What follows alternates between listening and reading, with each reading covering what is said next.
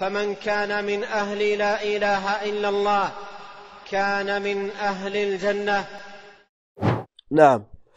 Ensuite, comme on a dit que le tawhid al-uluhiyya, l'unicité d'Allah Azza wa Jal dans son adoration, c'était le fait de vouer un culte exclusif, une adoration pure à qui?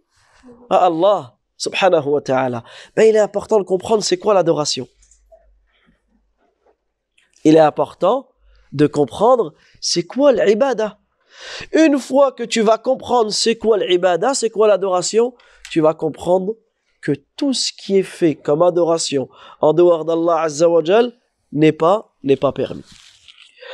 Donc la définition de l'adoration, elle est différente en fonction, elle varie en fonction du point de vue. Premièrement, on va parler de l'adorateur.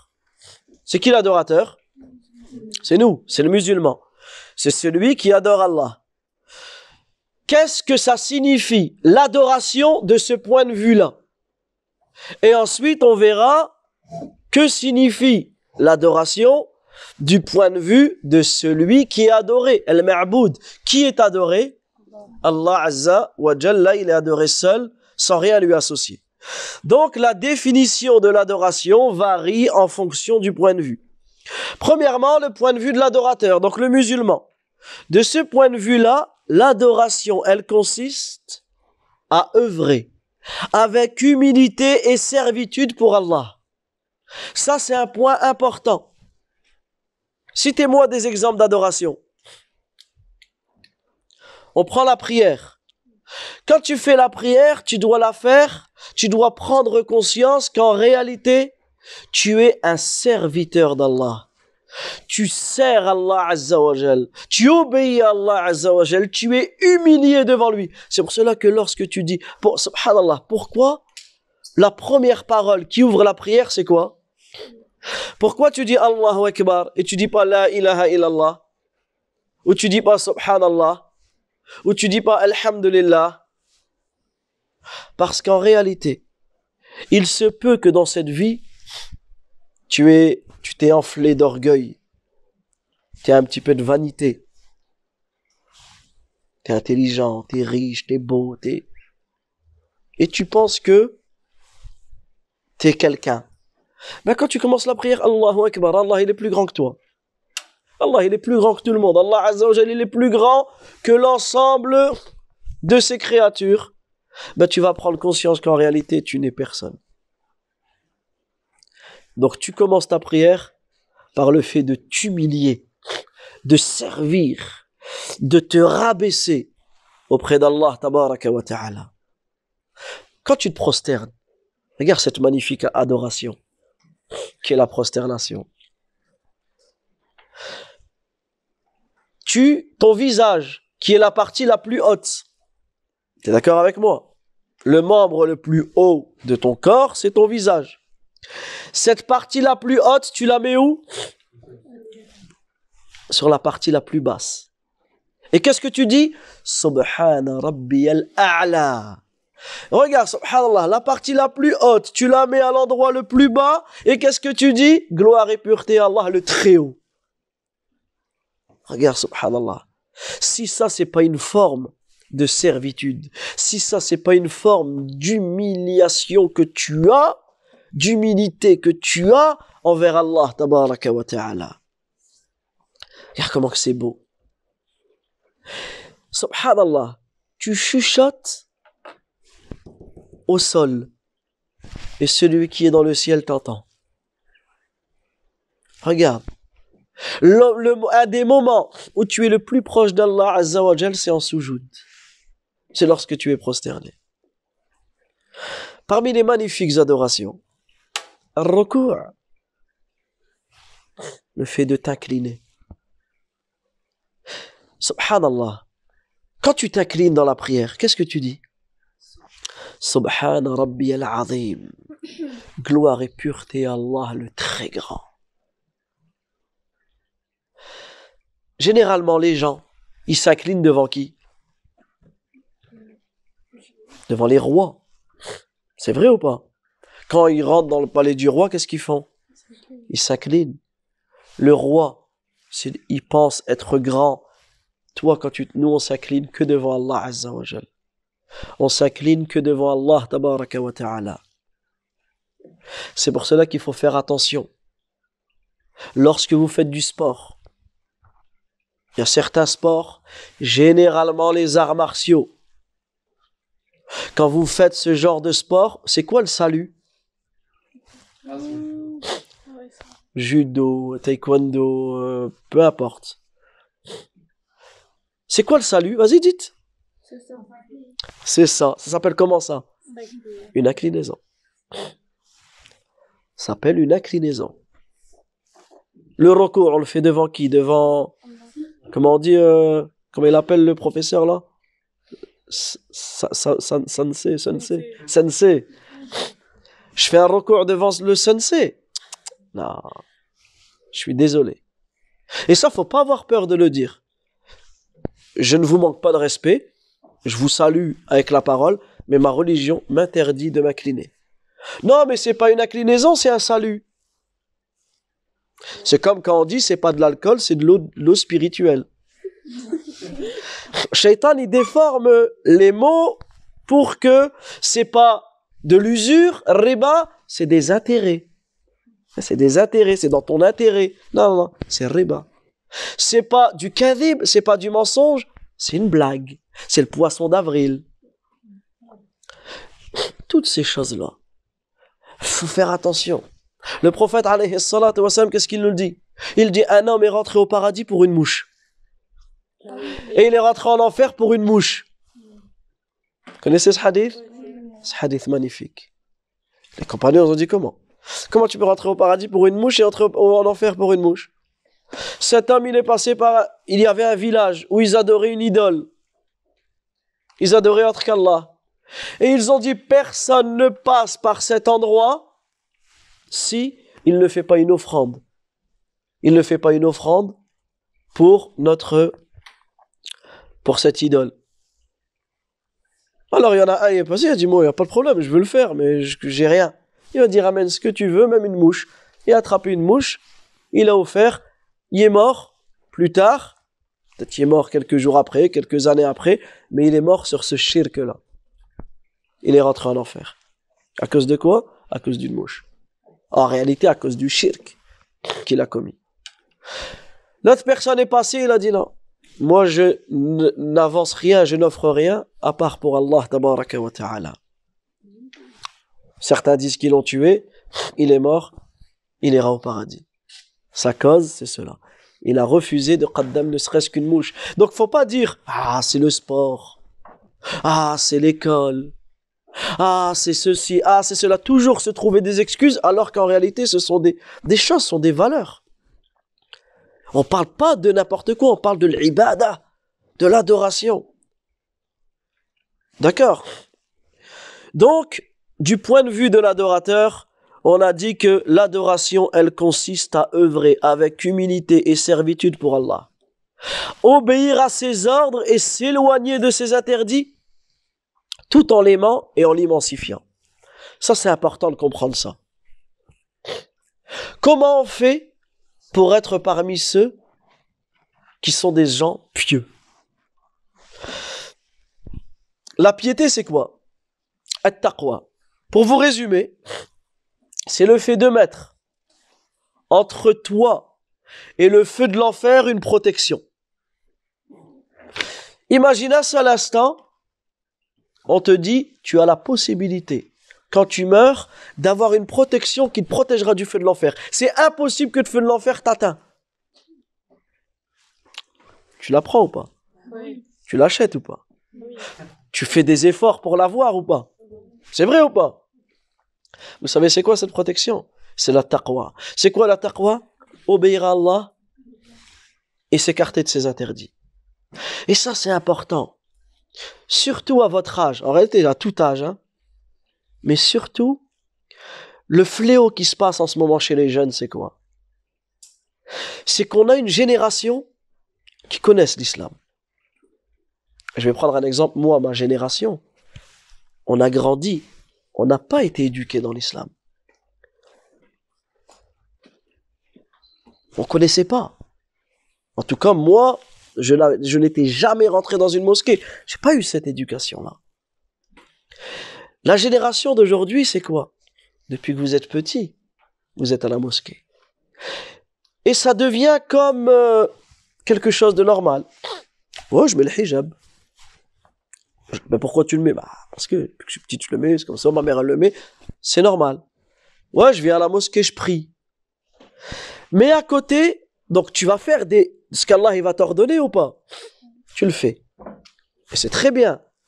Mais à côté, je mens, je vole, je commets la fornication, je parle méchamment, je désobéis à mes parents. Et limite, moi tant que je prie, c'est bon. Comme si qu'Allah Azza wa Jal, il a besoin de ta prière. Est-ce qu'Allah Azza wa Jal, il a besoin de nos œuvres? Non.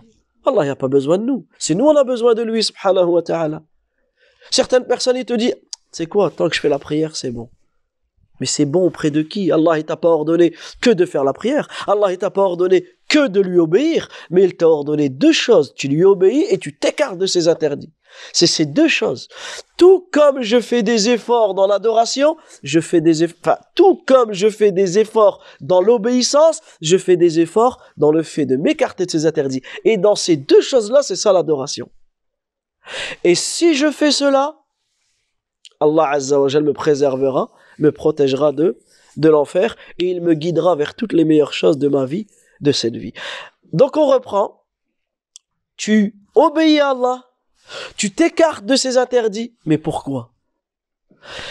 En l'aimant, tu fais ça par amour envers Allah tabaraka wa ta'ala et tu fais ça parce que tu glorifies, tu vénères, tu immensifies Allah Azza wa Jal. Certaines personnes, ils ont un bon comportement envers leurs parents. C'est bien ou c'est pas bien? C'est magnifique. Il y a quoi de plus beau que de servir tes parents, que d'être à leur service, que de les aider, que de vouloir leur bien? Il y a quoi de plus beau pour un enfant? Le souci, c'est quoi? C'est quand tu vas le voir et tu lui dis « Pourquoi tu es aussi bon avec tes parents ?» Tu dis « C'est normal. Je suis leur enfant.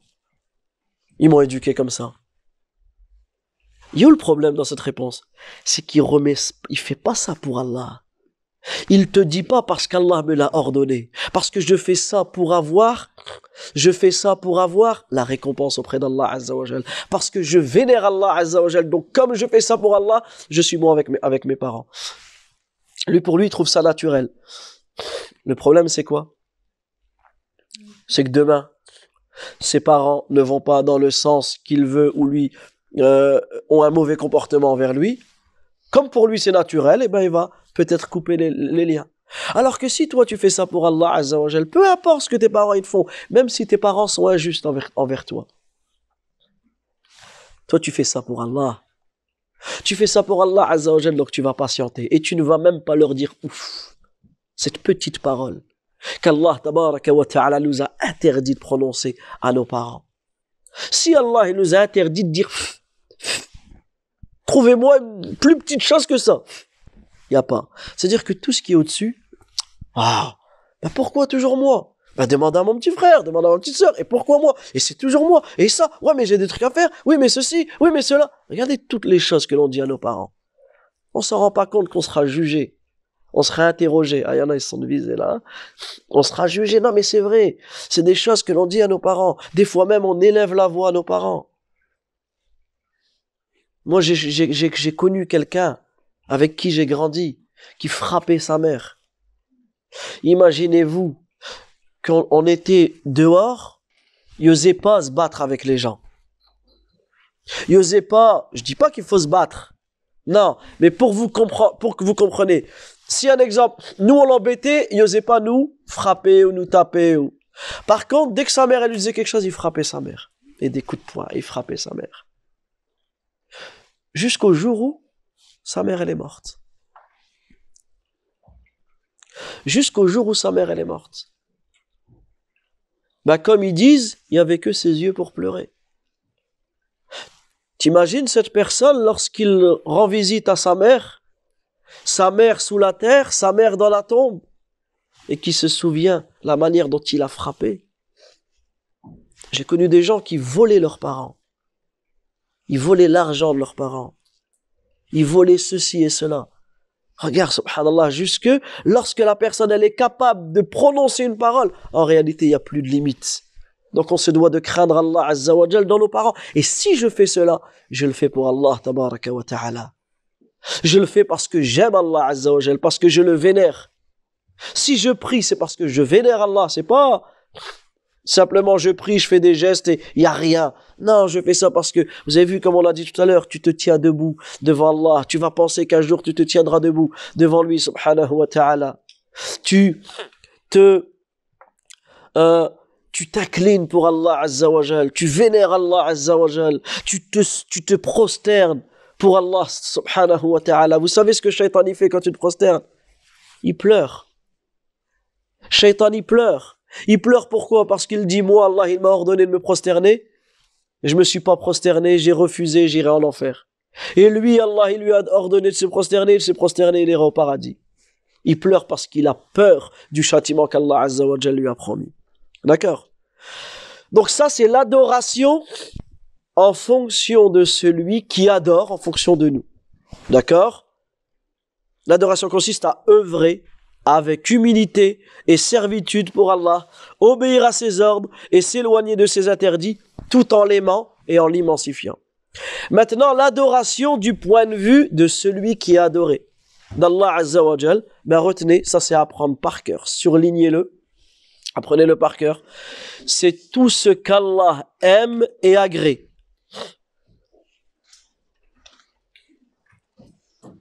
Tout ce qu'Allah aime et agrée comme parole ou acte apparent ou caché.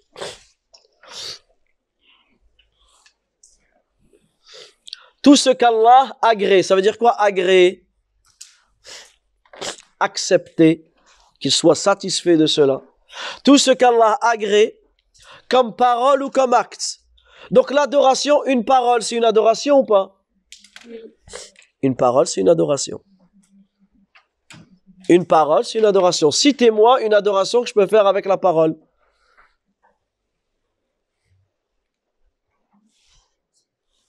Une adoration avec laquelle je peux faire avec la parole.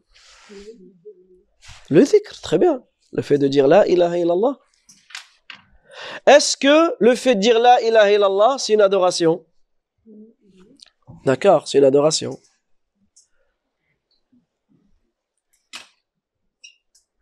Si quelqu'un il te dit, tous les jours, tu dis 10 000 fois, 15 000 fois, 20 000 fois la ilaha illallah.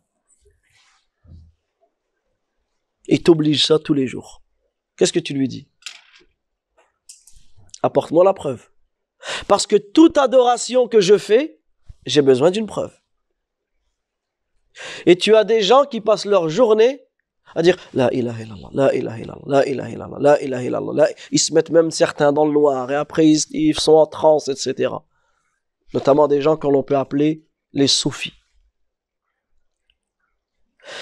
Ces gens-là, ils vont te dire non mais tu lui dis tu fais une adoration, rapporte-moi la preuve. Il te dit c'est pas une adoration. Ah, tu lui dis la parole, toute parole qui est agréée par Allah Azza wa Jal, c'est une adoration. Également tout acte qui est agréé par Allah Azza wa Jal. Ça veut dire quoi? Qu'il soit apparent ou caché. Citez-moi une parole ou un acte apparent. Ahsant, la prière. Quand tu fais la prière, c'est apparent, on te voit. Citez-moi une adoration cachée. Ahsant, l'intention. La niya. Peut-être, regardez dans la classe, on a tous prié de dhuhr. Mais peut-être il y en a parmi nous à qui Allah Azza wa Jal, il y en a parmi nous à qui Allah Tabaraka wa Ta'ala a accepté leur dhuhr et pas d'autres. Qu'Allah nous préserve de cela. Pourquoi? L'intention. Si moi j'ai prié de dhuhr avec vous, mais je l'ai prié simplement pour que les élèves ils disent ah ben ça va, Muallim a prié, juste pour plaire à mes élèves, et en réalité vous n'avez pas été là, j'aurais pas prié, est-ce que ma salat elle est acceptée? Na'udhu billah min dhalik. D'accord? Donc, est-ce que vous avez compris la définition de l'adoration? Est-ce que vous avez compris ça? فمن كان من أهل لا إله إلا الله كان من أهل الجنة